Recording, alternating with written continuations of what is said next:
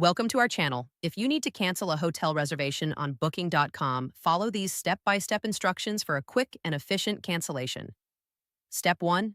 Open your web browser and go to Booking.com. Click Sign in the top right corner and enter your account credentials to access your reservations.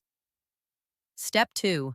Once logged in, click on your profile icon and select Bookings to view all your current and upcoming hotel reservations.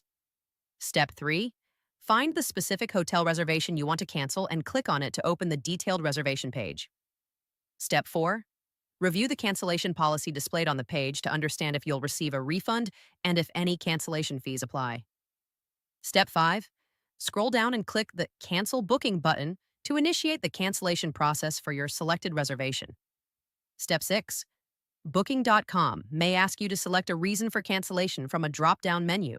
Choose the most appropriate option or skip if it's optional. Step 7. Carefully review the cancellation summary showing any applicable fees or refund amounts, then click Confirm Cancellation to finalize. Step 8. You'll receive a cancellation confirmation email from Booking.com. Keep this email as proof of cancellation and reference for any potential refund processing. Don't forget to like this video and subscribe to our channel.